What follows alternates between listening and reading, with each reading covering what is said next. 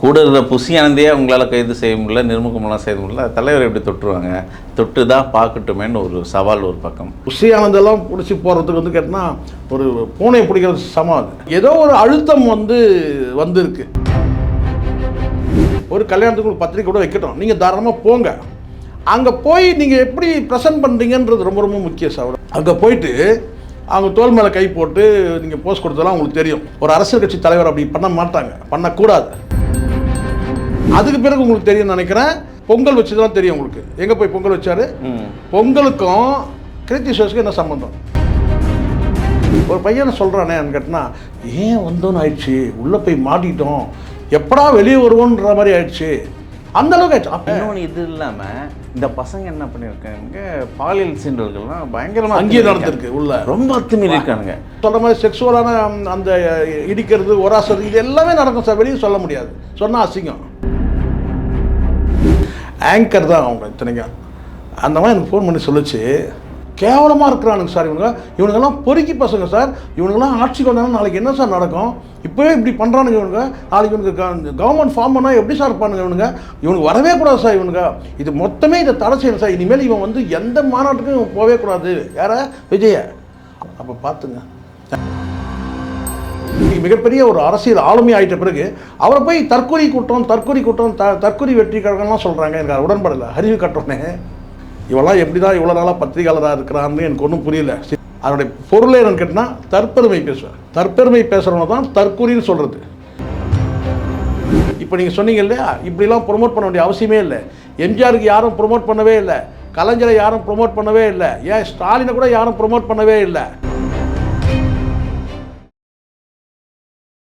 Sir வணக்கம். Sir வணக்கம். வணக்கம் சார். கிட்டத்தட்ட இது 8வது நாள் சார் விஜய் கைது பண்ணுவாங்கன்னு அவளை தமிழ்நாட்டு மக்களும் எதிர்பார்க்குறாங்க. ஒரு பக்கம் தில்லு கிடையாது திமுக அரசாங்கத்துக்கு, விஜயெல்லாம் கைது செய்ய முடியாது. கூட இருக்கிற புசி ஆனந்தையே உங்களால் கைது செய்ய முடியல, நிர்முகமெல்லாம் செய்ய முடியல, தலைவர் எப்படி தொட்டுருவாங்க? தொட்டு தான் பார்க்கட்டுமேன்னு ஒரு சவால் ஒரு பக்கம். ஒரு பக்கம் ஏன் இப்படி அஞ்சுறாங்க திமுக, என்ன அங்கே என்ன நடக்குது இங்கே அப்படின்ற ஒரு பக்கம். நீங்கள் எப்படி சார் பார்க்குறீங்க? இல்லை, எனக்கு இப்போ எல்லாருக்குமே ஒரு சந்தேகம் இருக்க தான் செய்யுது, ஒரு கேள்வி இருக்குது. சந்தேகன்றது ஒரு கேள்வி இருக்குது. என்னென்னா, ஏன்னா இவங்க வந்து தமிழ்நாடு போலீஸ் வந்து ஸ்காட்லாந்து போலீஸ். வீரப்பனே வந்து உங்களுக்கு தெரியல, சில்க் வாம்னு சொல்லி ஒரு ஆப்ரேஷனுக்கு பேர் வந்து வீரப்பனை பிடிக்கிறதுக்கு அந்த தேடுதல் வேட்டை இருக்கு இல்லையா, அந்த ஆப்ரேஷனுக்கு வந்து சில்க் வாம்னு தான் பேர் வச்சதா ஒரு தகவல் ஞாபகம் இருக்குது எனக்கு. ஸோ அப்படி இருக்கும்போது தமிழ்நாடு போலீஸ் வந்து பார்த்திங்கன்னா அவ்வளோ வீக்கெல்லாம் வந்து, அதுவும் புசி ஆனந்தெல்லாம் பிடிச்சி போகிறதுக்கு வந்து கேட்டால் ஒரு பூனை பிடிக்கிறது சமம். அது அதனால் வந்து கேட்டால் எனக்கு தெரிஞ்சு எங்கேயும் இருக்கிறதுக்கு எங்கே நம்ம கண்ணுக்கு தெரிஞ்சு பார்த்திங்கன்னா ஒன்று பாண்டிச்சேரியில் பார்த்திங்கன்னா, அல்லது வந்து பார்த்திங்கன்னா கேரளாவில் இருக்கணும், இல்லை அதை கடந்தால் எனக்குன்னா டெல்லியில் ஒன்றா இருக்கலாம். இதை தாண்டி எங்கேயும் போயிட முடியாது வச்சுக்கோங்க. நான் வெளிநாட்டுக்கு தப்பி போயிருக்க முடியும். பிடிக்கணுன்னா வந்து பிடிச்சிடலாம்.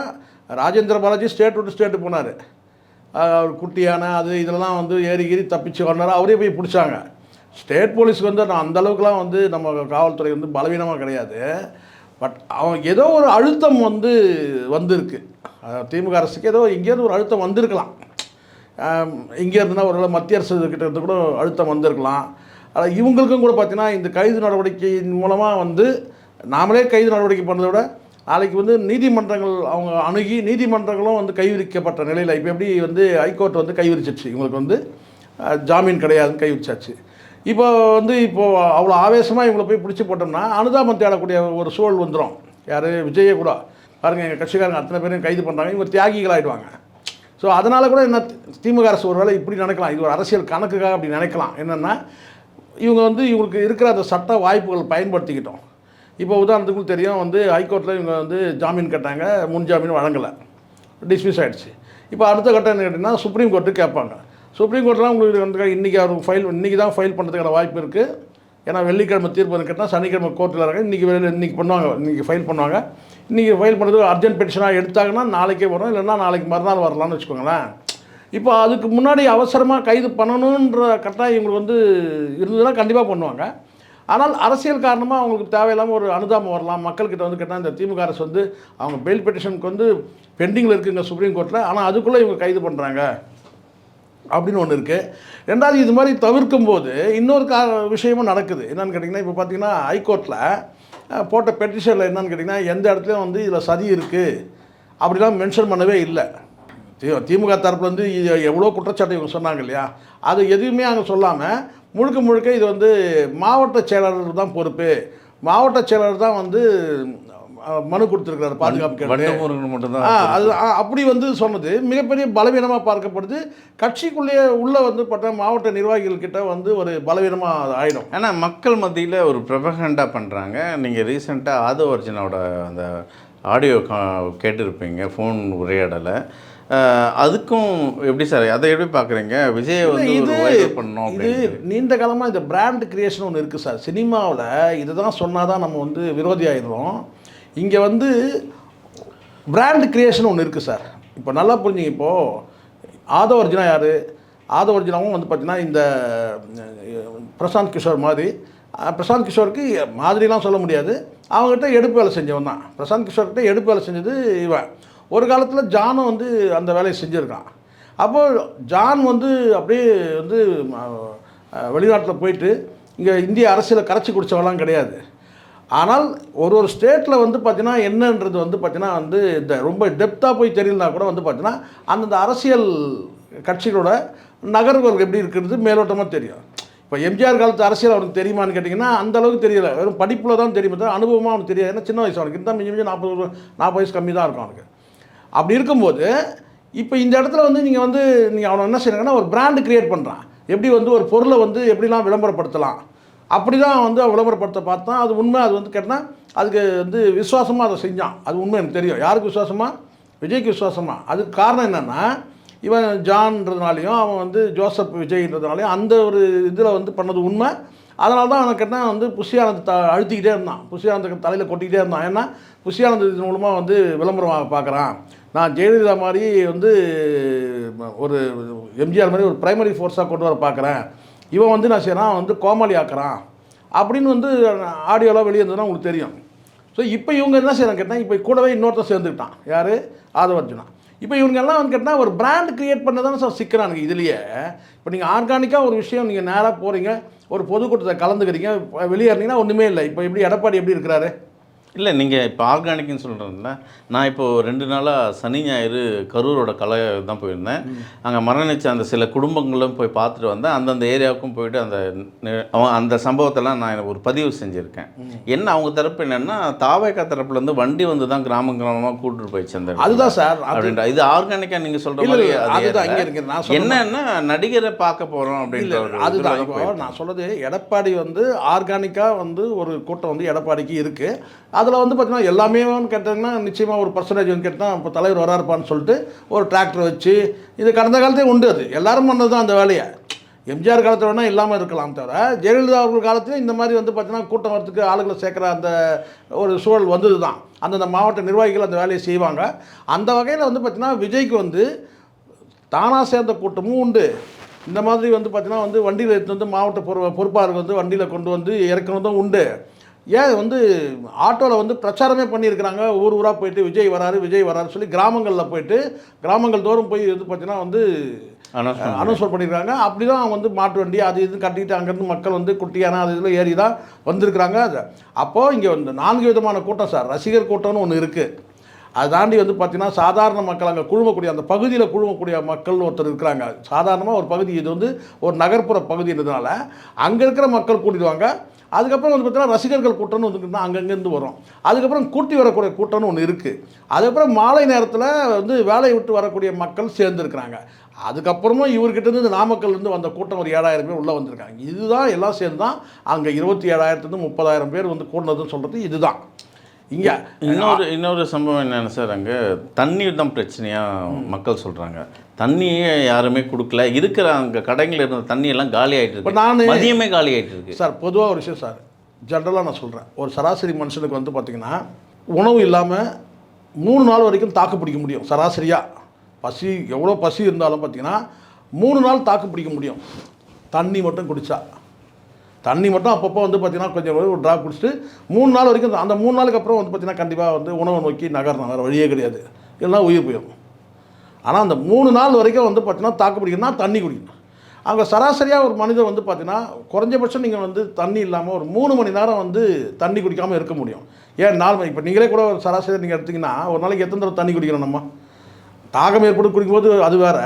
ஆனால் சராசரியாக இப்போ வந்து பார்த்தீங்கன்னா ஒரு மனிதன் வந்து ஒரு வேலை ஏதோ ஒரு பணி நிமித்தமாக போனான்னா ஞாபகம் வந்துக்கணும். ஆனால் அதிகமாக பேசுகிறான்னு வச்சு, இப்போ நான் உங்கள்கிட்ட பேசுகிறேன், 1 மணி நேரம் பேசுகிறேன்னா அப்பா கொஞ்சம் தண்ணி கொடுங்க முதல்ல.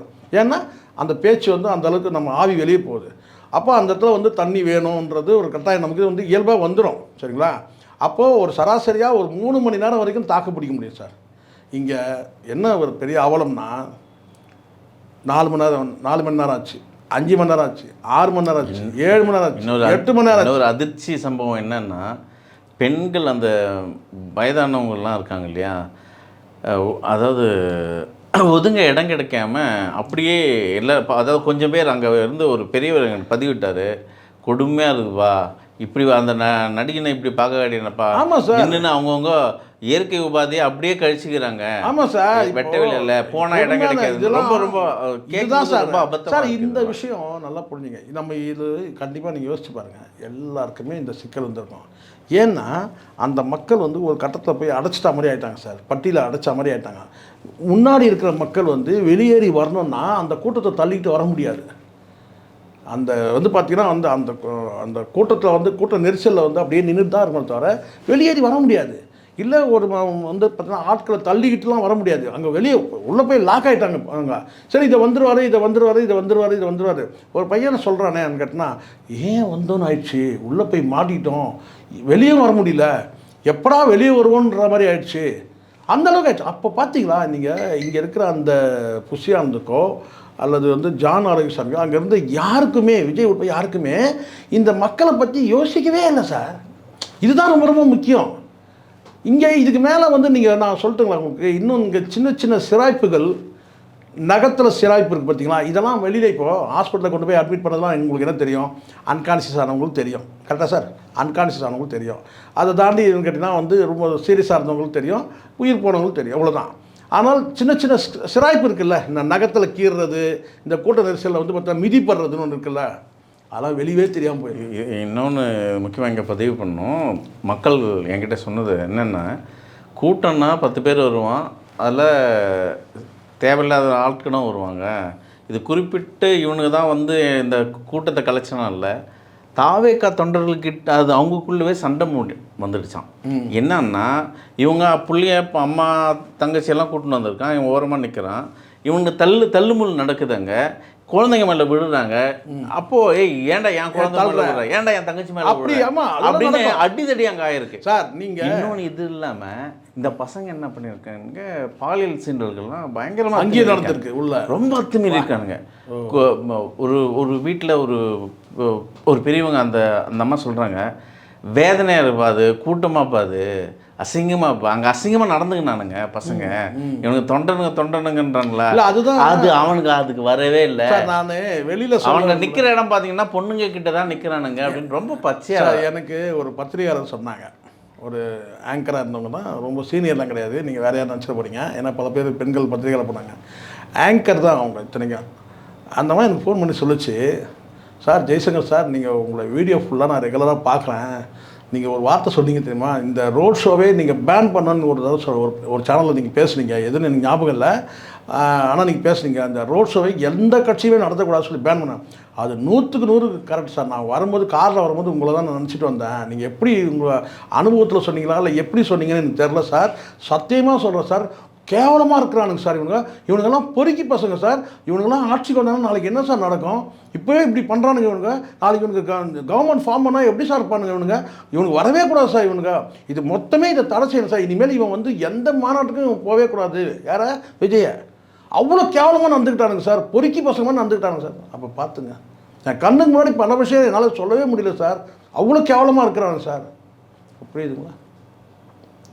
அவங்க சொல்கிறாங்க, நீங்கள் சொன்னது தான் கரெக்டு சார், நீங்கள் ரோட் ஷோவை எந்த கட்சியுமே நடத்தக்கூடாது சார், அதை பேன் பண்ணணும்னு நீங்கள் சொன்னீங்க, கோர்ட்டு சுவமோட்டோவாக இது கேஸ் எடுத்து பண்ணணும்னு நினைக்கிறீங்க. அதான் சொன்னேம்மா, இப்போ நடக்குதாம்மா, தந்துத்தனமாக இருக்குது, இப்போது நடக்க தான் போகுது, இப்போ கோர்ட்டுக்கு போனால் கண்டிப்பாக இது யாராவது ஒருத்தர் வந்து கண்டிப்பாக கோர்ட்டுக்கு போவாங்க, அப்படியே இல்லைனாலும் நான் போவேன்னு சொன்னேன். எப்போ பார்த்தீங்கன்னா அது ஆட்டோமேட்டிக்காக வந்து ஒரு பெட்டிஷன் ஃபைல் பண்ணி இப்போ கோர்ட்டே வந்து கேட்டால் வந்து எஸ்ஐடி ஃபார்ம் பண்ணி இப்போ வந்து ரிப்போர்ட்டை கேட்குது. இன்னும் எப்படி இருந்தாலும் இனி வந்து பார்த்தீங்கன்னா வந்து இந்த ரோட் ஷோன்றது இனிமேல் நடக்காது சார்.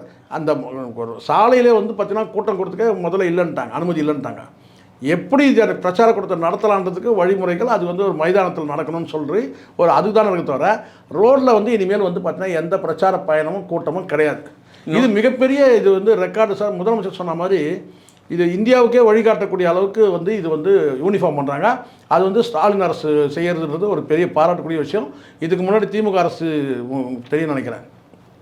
திமுக அரசு அதிமுக ரெண்டுத்தையுமே சேர்த்துப்போமே.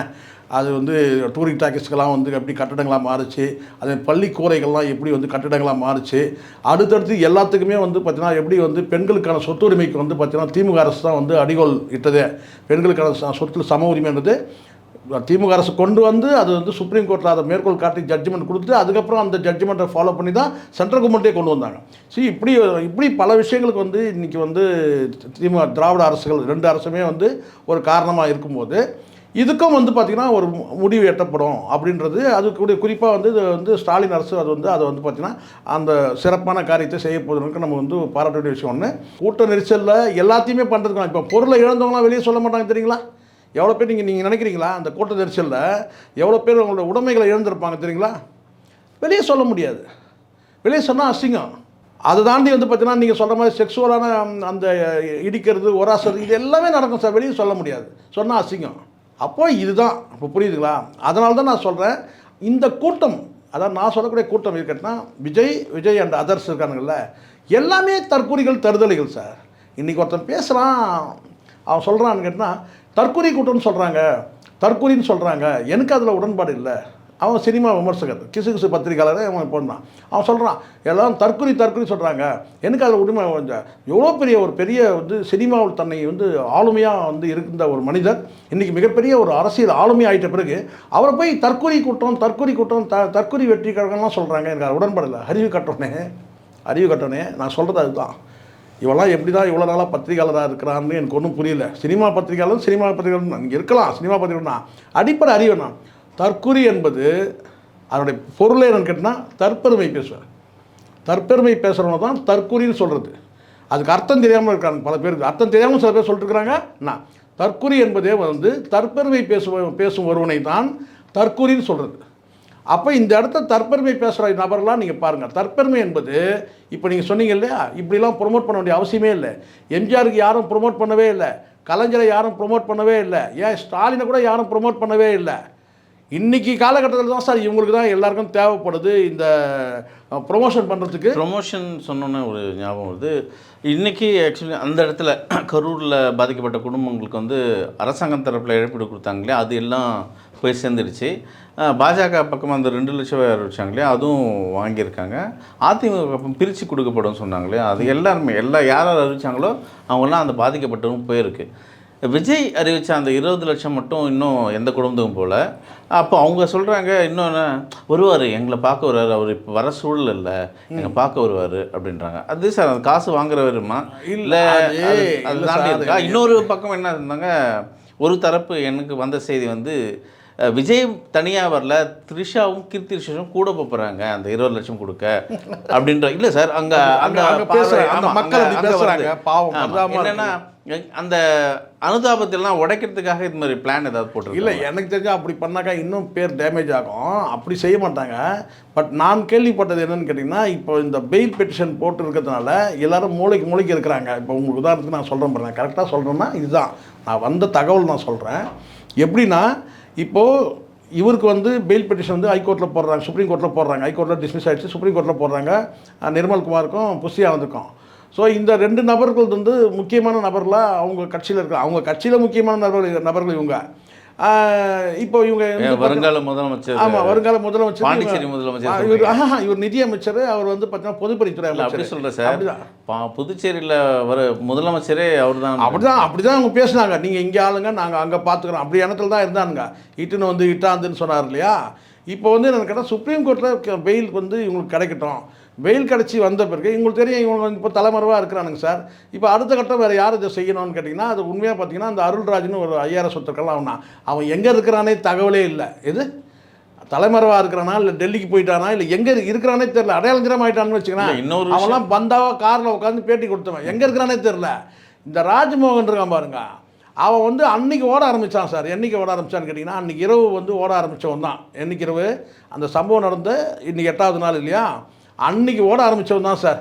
ஒரு படம் ஞாபகம் இருக்கிற சூரி படம், இந்த ஒரு வில்லனை வந்து விரட்டி இருப்பான், போய் அவனை பிடிக்கவும் மாட்டான், ஓடியே பிடிப்பான், ஓடி டயர்டான பிறகு பிடிப்பாங்கன்ற அந்த மாதிரி இது. அப்படி தான் பரவாயில்ல சார், இவன் எங்கே சார் டயர்ட் ஆகிறது? இவன் டயர்ட் ஆகலை இன்னும் நிமிஷம் வரைக்கும். எனக்கு தெரிஞ்சு இப்போ வந்து பார்த்தீங்கன்னா அவன் பாகிஸ்தான் பார்டரை தாண்டிட்டு இருப்பான். யார்? ராஜ்மோகன். ஏன்னா அவன் மேலே எஃப்ஐஆரும் கிடையாது, நல்லா பண்ணி அவன் மேலே எஃப்ஐஆர் கிடையாது, கைது பண்ணுற நடவடிக்கையும் கிடையாது. அவன் வந்து கடந்த காலத்தில் அவன் பேசின பேச்செல்லாம் கொஞ்சம் நெஞ்சம் கிடையாது. கலைஞர் இது ஸ்டாலின் பொறுத்த வரைக்கும் நான் தெளிவாக இருக்கிறான்னு கேட்டால், இது அரசியலே ஆக்க வேண்டாம், அரசியல் ஆகாத அளவுக்கு இதை இந்த பிரச்சனையை வந்து நம்ம அணுகணுன்றதுல தெளிவாக இருக்கிறார். அதை வெளிப்படையாக சொல்லிட்டார். இதை அரசியல் ஆக்கவே விரும்பலை நான், இது வந்து பெரிய டிசாஸ்டர் இது, அப்படி தான் வந்து கோர்ட்டும் அப்படி தான் சொல்லியிருக்கு. அப்போது இதை வந்து பார்த்திங்கன்னா எப்படி வந்து ஒரு புயல் வெள்ளம் எப்படி வந்து ஒரு தேசிய பேரிடர் வந்தால் எப்படியோ அப்படி தான் இதை அணுகிறாங்களே தவிர, பாதிக்கப்பட்ட மக்களுக்கு அவங்க தரப்பில் இருந்து உதவி செய்கிறாங்க. இப்போ இவங்க உதவி செய்கிறது இவங்க தான் முதல்ல செஞ்சுருக்கணும். ஆனால் இவங்க வந்து பார்த்திங்கன்னா இப்போ என்னென்னா, அங்கே வந்து செய்தி கசியர் தான், எதுவும் வந்து அதிகாரப்பூர்வ செய்தி வெளியிடறது கூட அங்கே ஆள் இல்லாமல் போயிட்டான். இதுதான் உண்மை. யார் அதிகாரப்பூர்வ செய்தி வெளியிடணும்? ராஜ்மோகன் வெளியிடணும். ராஜ்மோகன் வந்து பார்த்திங்கன்னா ஓடினே இருக்கிறான், இன்னும் நிற்கவே இல்லை. அவன் இது இத்தனைக்கும் கைது நடவடிக்கை இல்லவே இல்லை.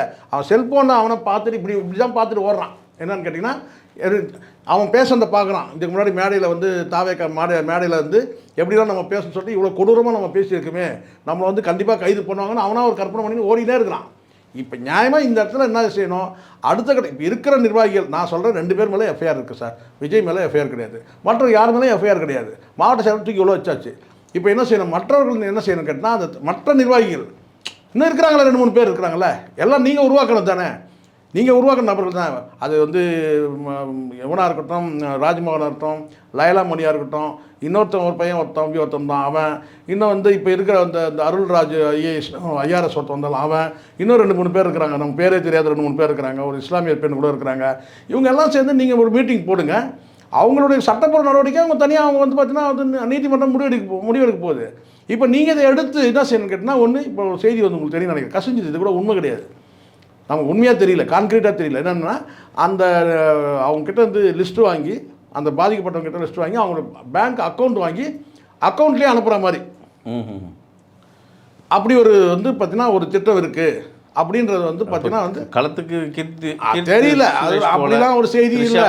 ஆமாம், ஸ்ரீஷா கூட வந்து கீர்த்தி சுரேஷோட போனால் அப்புறம் அங்கே யார் சார் செருப்படி வாங்க முடியும் சார்? இப்போ கீர்த்தி சுரேஷ் தான் விஜயோட அந்த அதெல்லாம் பண்ணுறாங்க சார்.